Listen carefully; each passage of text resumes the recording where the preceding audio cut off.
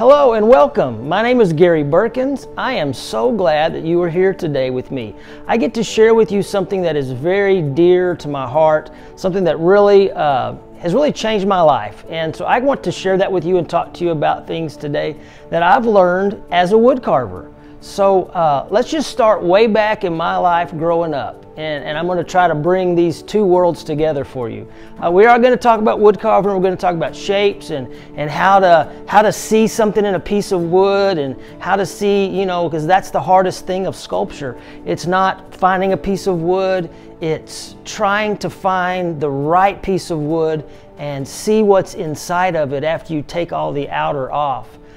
But for me, this journey started with me years ago. I didn't even know I was on the journey. When I was a little kid growing up in school, you probably can't tell the amazing part of video and cameras, but I am rather short. And growing up in school, I was always the smallest kid in my class. Was always picked on. I was the kid that they would pick up and put in the trash can. I was stuffed in lockers on more than one occasion. I was just like the ones that the bullies picked on all the time. And not that there was that many bullies, but there was, a couple. And this one in fifth grade, no, this is no lie, in fifth grade, there was the class bully, and class is going on, and he just gets up in the middle of class for no apparent reason at all, walks over to me, I'm sitting at my desk, picks me up by my arm and by my leg. Now, in his defense, I have probably been mean to him and smarted off to him, but anyway, he picks me up by my arm and my leg, and he just starts spinning me around like the old helicopter thing that we used to do as kids. And he's just spinning me around. The teacher's like hollering at his name, and she goes, "Let him go, put Gary down, you never want to hear a teacher say, "Put Gary down," if your name's Gary. And so anyway, she said, "Put him down," and so he did. He just let me go right across the classroom. I'm just flying through the air, crashed into desk and kids, and everybody's laughing, and it was, looking back, it was pretty funny. But that's the way I grew up. I was just the one that they picked on. And looking back now, I feel like I'm so blessed, and being short is surely not a handicap.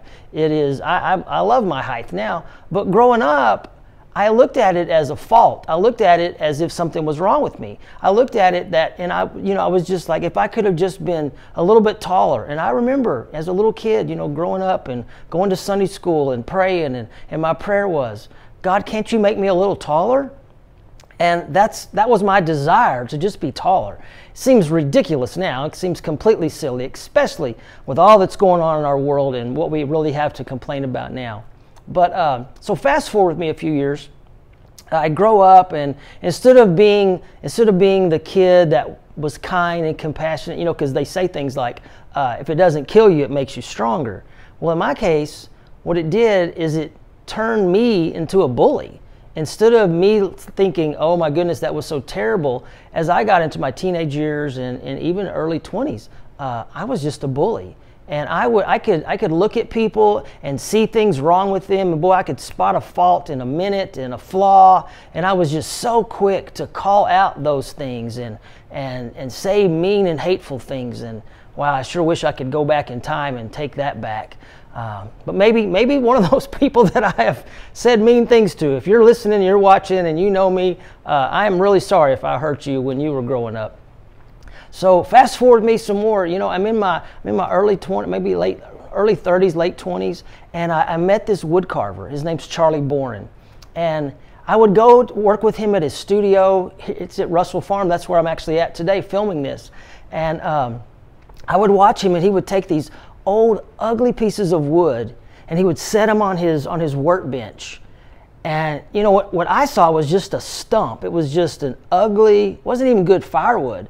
And he would have that, and he would turn it this direction, and he would look at it, and sometimes it was days. I mean, literally, he would look at it this way for one day, and then I come in the next day to work, and he's turned it a completely opposite direction. And he would talk to me about it, and he would tell me, I'm trying to find, he would say what he's trying to make. Maybe it's a swan or a cowboy boot, or just whatever, a trapper looking face of a guy or a Native American, or he was going to make something in this ugly piece of wood. And I'd seen his finished product, so I knew he could do it. But just watching him look at that piece of wood was really eye-opening for me. And I remember as I would watch him do that, you know, I don't know what your view is on Christianity and God and where you think you came from, but I grew up believing, you know, that God created us. And I remember, you know, being a little angry at God for my shortness. But I remember as I would watch Charlie, it was like I could just kind of maybe hear the mind of God. And he just began to remind me that people are a lot like pieces of wood. We all have scars. We're all broken. We have faults. We have cracks that maybe no one can even see. And there's always something good in us, but sometimes when we grow up, people don't, you know, they don't encourage those things. And so I know you're tuned in today to learn about wood carving, but I tell you what, the greatest wood carving that you will ever experience is when you can look at somebody else and see beyond that outer shell and see what's inside. And so I would watch Charlie, and he would flip that piece and turn it this way, and I began to learn over time that just like people, wood comes in 5 different colors. I remember growing up and hearing that little song, Jesus loves the little children, all the children of the world, red, brown, yellow, black, and white, they are precious in his sight. And I would watch Charlie with those different colors and pieces of wood, and I would just remember how growing up, you know, I was just kind of taught, you know, if you weren't my color, you didn't matter, or I shouldn't like you. If you weren't of my, you know, if you weren't, I wasn't wealthy at all. I felt like we were kind of poor. But if you had more money than I had, I couldn't like you. If you were a different nationality, you know, we really couldn't be friends. And if you were tall, you definitely couldn't be my friend. And if you were larger around, and so I just remember, you know, all those things growing up, and this is all coming back to my mind as I'm watching Charlie with these pieces of wood and watching how he's looking at them, and he's looking at it with a different eye. He's looking at it from the eye of a master carver, and he's looking for the masterpiece that is inside of that piece of wood. And so as I got to work with him over the years, you know, he began to teach me things and show me things, and the hardest, most difficult thing ever was to look at a piece of wood and find something beautiful in it. And over the years, I've gotten better at it, and I've gotten to make a few things, and I'll show you a couple of those today. But the greatest joy of my life as far as wood carving has been getting to go to schools and talking to kids and encouraging them to see beyond the outside of somebody, to look at that other 8-year-old that's sitting beside you at lunch and realize that there's a masterpiece inside of that person. Just because you can't see it doesn't mean it doesn't exist. And so I want to show you a couple pieces of wood here. So this is the first one I want to show you. And so I'm just going to ask you, when you look at this, what do you see?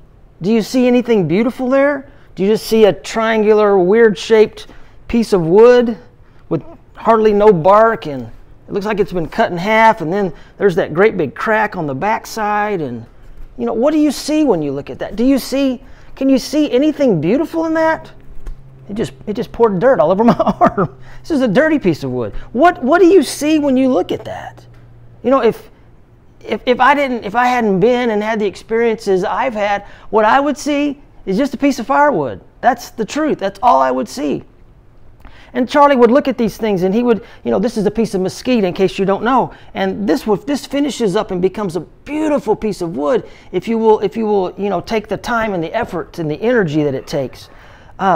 And so to take that piece of wood and turn it into anything. Oh, let me show you this. When I was at a school once, and I was talking to kids, and I would hold this up and I'd say, what do you see? And I had it in this position right here, and I was holding it like this, and I said, what do y'all see? And when I turned it this way, I thought, oh my goodness, I don't know what they're going to see. And I was hoping that nobody would say gun. But what a kid said, and I thought it was so cool. This kid said, I see a blow dryer. I thought that was so great. Kids are just amazing, because he saw something that maybe somebody else didn't see. Sometimes you hold a piece up like that to kids, and they're like, well, I see an elephant, or I see a giraffe, or, you know, because their imaginations are so vivid.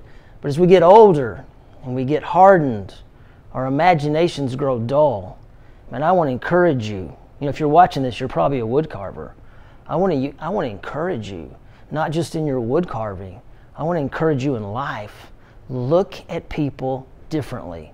So this piece of wood that I just held up and showed you, I cut this shape all the time. Whenever I find a tree that has a branch out of it, if it's out of the right type of wood, I cut it because I make these cowboy boots. Let me show you one.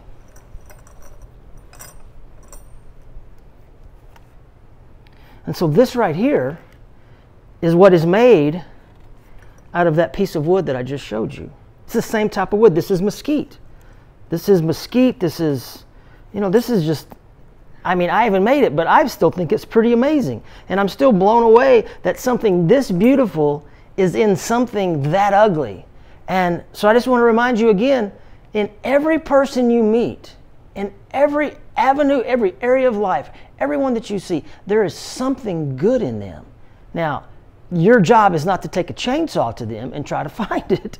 Your job is to love them as if they're complete. It is to interact with people as if they're whole. It is to talk to them as if they are quality people, as if they are a masterpiece, even if you don't see it. And so I would watch Charlie, and he would take those pieces of wood, and one after another, he would transform it into something beautiful. And man, it challenged me. And one of the first things he began to teach me how to make was cowboy boots. And it's because it's a simple shape, and it's fairly easy. It doesn't have the intricacies that a lot of things that he would make did. And I remember one day I was out at behind the barn, and we were looking for different pieces of wood for him. He sent me, which was ridiculous. He would send me to go find him a piece of wood, and he wants to make something out of it. And I think he was just trying to see if I could find something, find the shape that he was talking about. And I was an utter failure at that. But on one of those days that I was with him and we were looking through the wood pile, I found a piece of wood, and it was very angular and shaped. It had this really cool shape to it. And when I saw it, I'm like, oh, I know exactly what I can make out of that. And I was so thrilled. And so I picked it up and I took it back to the wood shop, and I said to Charlie, I said, hey, what do you think? Do you think I can make this out of that? And he said, well, Gary, you can make anything out of anything if you want to work hard enough, but it may not make what you're hoping it would make. And so I learned something from that too, because sometimes we look at ourselves and we see ourselves differently maybe than we really are. But I want to encourage you, don't look at yourself negatively. Look at yourself in the perspective of the God of the universe, that He created you, and He created you with purpose and destiny. And so let me show you this piece of wood here. So what do you see? What do you see in this one? What do you see in this piece of wood? Do you see the hook'em horns? Do you see that? Yeah. This looks like it could be a cow head, like there's, you could shape this into the horns, and here could be the nose and stuff like that. One thing I have learned is if the shape that you first see, you need to keep looking. The shape that you first see, the shape that you first think, oh, that could be that. We're not looking at cloud shapes here that look like a bunny rabbit. What we're looking at is what is beyond the outer. What is beyond the outer shell? Because if you tried to make this into a cow head, if you tried to make this into a horn, and this was the horns of a cow head, you can see real quick he's going to have a lop-eared horn, and his nose is going to be crooked. But what else could that be? And so, with this piece, you turn it and you twist it and you flip it around and maybe put it in this angle, and and I can't fill in the blank for you, but what is your mind's eye? What do you see when you look at that? Honestly, this is such a pretty piece of wood. You could just sand it down a little bit and put it on your coffee table and have one of those conversation pieces. You turn it this way and it has a different look. Isn't it something just in the perspective of looking at something from different angles? They look different. Maybe when you look at people, you should look at them differently with different angles, and give them a second chance. Look at them with a different view. So here's this piece here. So I found a piece in the wood pile that was shaped very, very similar to this. It was very pointy and angular. It was a little larger than that, but it was very much that shape. And when I saw it, the first thing I saw was a stingray. I'm like, oh my gosh, I can make a stingray out of that. And so I have that here. I want to show it to you. Step out of the way.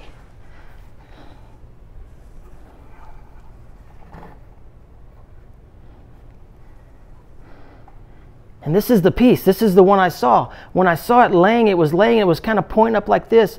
And this is the mouth of the log, of the open log. This was the mouth of the open part of the hollow out rotted log. And this is all one piece, if you're wondering. And so it was just sitting there. And of course, it didn't look like this. But it was a powerful day in my life when I saw something that I'd never seen. When I looked beyond the outward, and I looked and I saw something on the inward.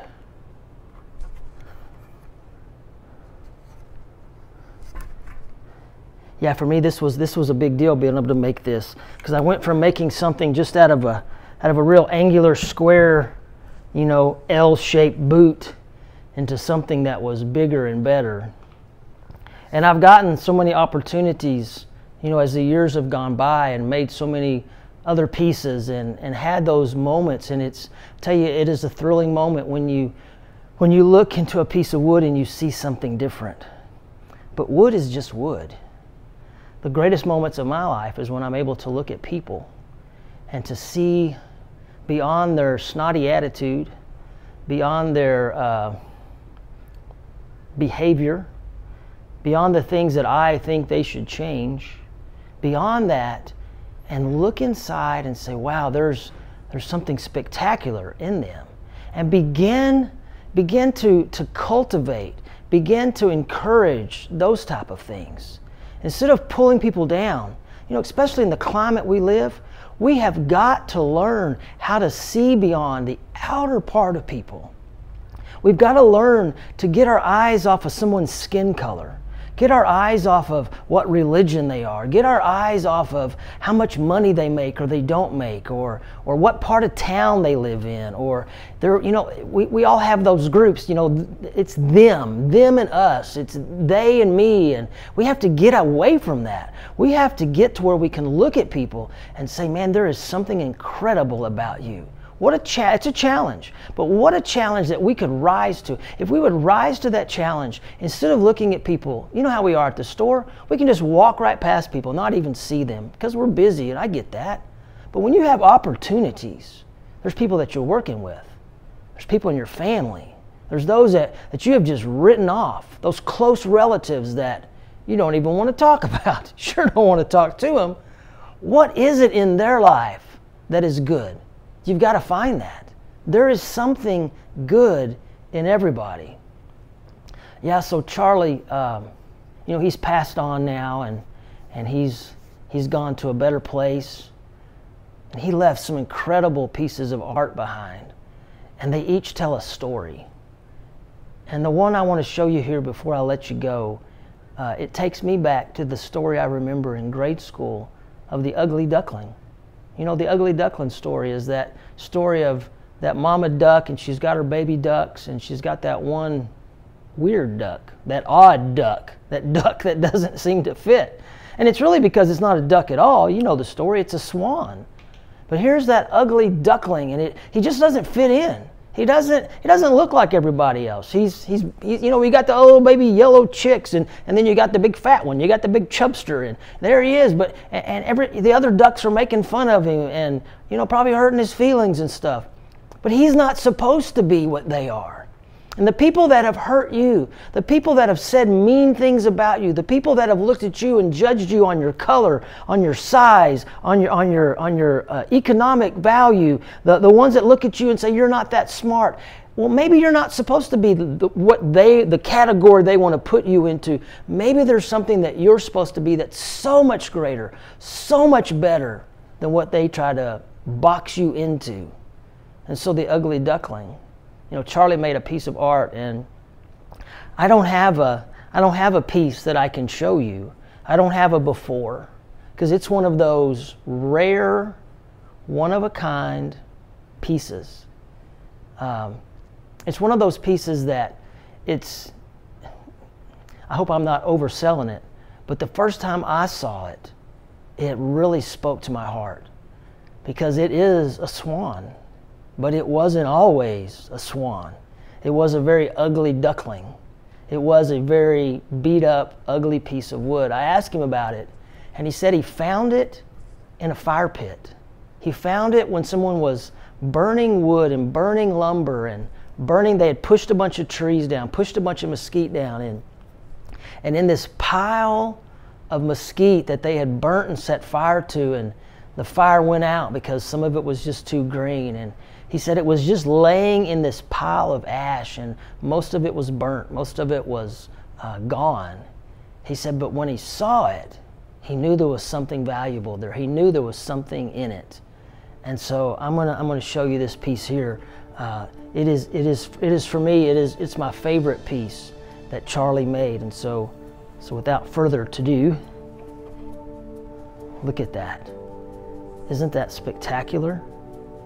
There is this piece. It's got its beat up part on the back end, and it's rough, rugged, and then it's got this gorgeous finished part up here. You know, every time I look at this, I picture Charlie. I picture his gnarled hands, his fingers that are old and arthritic and in pain. I picture those hands as he carved and as he made this into something beautiful. Let me kind of turn it so that you can see this end a little bit better. And so there's this hollow place back here. You know, and each one of us, me included, we all have a hollow place.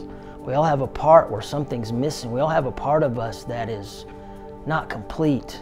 At least that's the way we see it. We all have those places in us that we wish they were different. We look at them as flaws. We look at them as, oh, if I could change this, if I was just taller, if I was just shorter, my hair's curly, I wish it was straight. My hair's straight, I wish it was curly. My hair's brown, I wish it was blonde. My hair's blonde, I wish. We're just never content with what we have. I wonder if this swan, I wonder if he could talk. I wonder if he would tell us, oh, look at that terrible hole, or look at this big hole in my back. Look at this big void here. Look at these cuts on my side. Look at these scars. Look at these holes in me. Do you know what? All those scars and all those holes, they tell a story. And every scar and every hole that you have in you, it tells a story.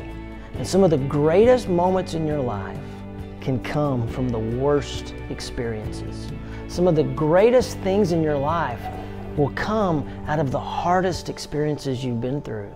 There's just something spectacular about that when you get knocked down, you know, you can get back up, and you can get back up with so much more knowledge and so much more learning and so much more love.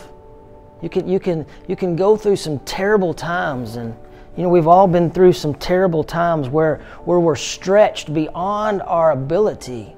But man, I've learned that when you get stretched because of trouble, it gives you more capacity for love. And so I just want to encourage you as you're wood carving, and I'm going to come back and do some more videos, and we're going to talk about tools, and we're going to talk about sharpening tools, and we're going to do some more detail work and some different things like that from time to time. But I just want to encourage you today, as you're going through life and you get knocked down and you get beat up and you get where you think there's no hope and there's no way out, maybe it's just the master carver. Maybe he is taking things off that you don't need. You know, because sometimes life feels like a chainsaw. Sometimes life feels like sandpaper. Sometimes when you're a teenager and your parents are telling you do this and do that and clean your room and all, you just feel like, I wish they'd leave me alone. I wish they'd just leave me alone. But the truth of the matter is they're taking off those unwanted plate pieces, and they're carving you and they're shaping you into something spectacular. So I'll just leave you with this.